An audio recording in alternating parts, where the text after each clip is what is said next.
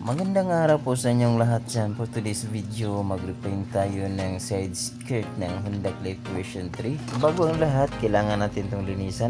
Hugasan natin. Prepare lang tayo ng panglinis. May sabon dyan na powder at saka tubig. Siguraduhin lang natin na walang anumang pagpakintab na nilagay natin dyan sa ating side skirt.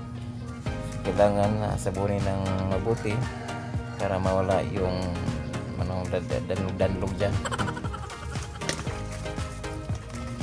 So after ko po nilinisan, niliha ko na agad, lalo na po sa ilalim dahil palaging sasayad dyan. So ginamitan ko na ng 1,000 na liha o sandpaper. Pagkatapos ginamitan ko na ng 1,000.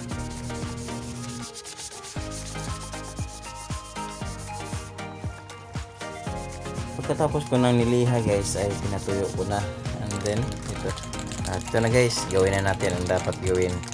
Actually it is my first time na gawin ito, mag-paint. So tingnan natin kung anong resulta ng first timer. So comment lang kayo dyan kung okay ba ito na binitay ko yung side skirt or ilapag lang sa baba. So, dahil wala akong kalalagyan, so ito na, binitay ko sa gilid ng aming bahay. So shake mo lang yung boost ni spray paint natin dyan. By the way guys, ang tinira ko dyan pala ay primer gray number 68. So yan ang first coat natin. So next is yung kabila naman.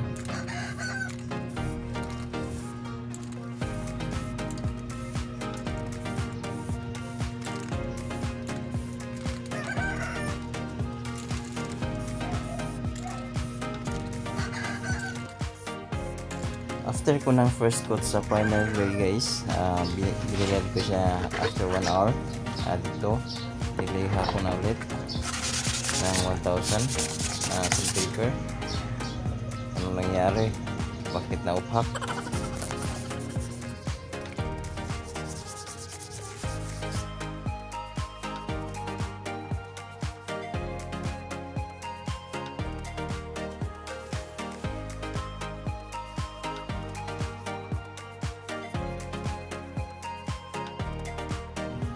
Pagkatapos ko po itong niliha at tinirahan ko na ng base white, yung pinaka white nya.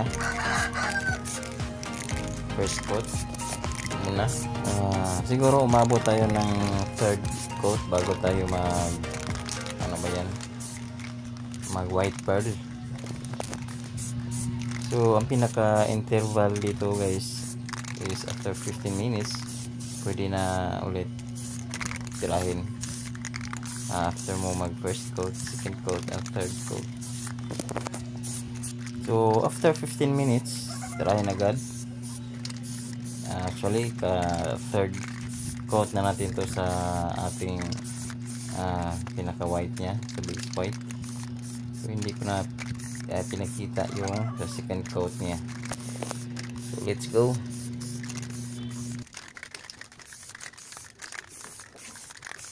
So dito na tayo sa ating pinaka-target nga color guys, which is yung white pearl niya.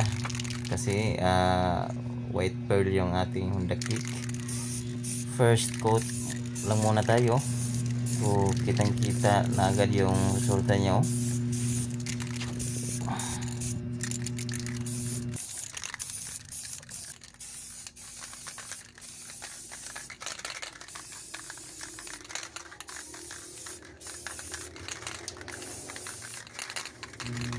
So ginawa ko ito guys is umabot ako ng third coat sa ating white pearl.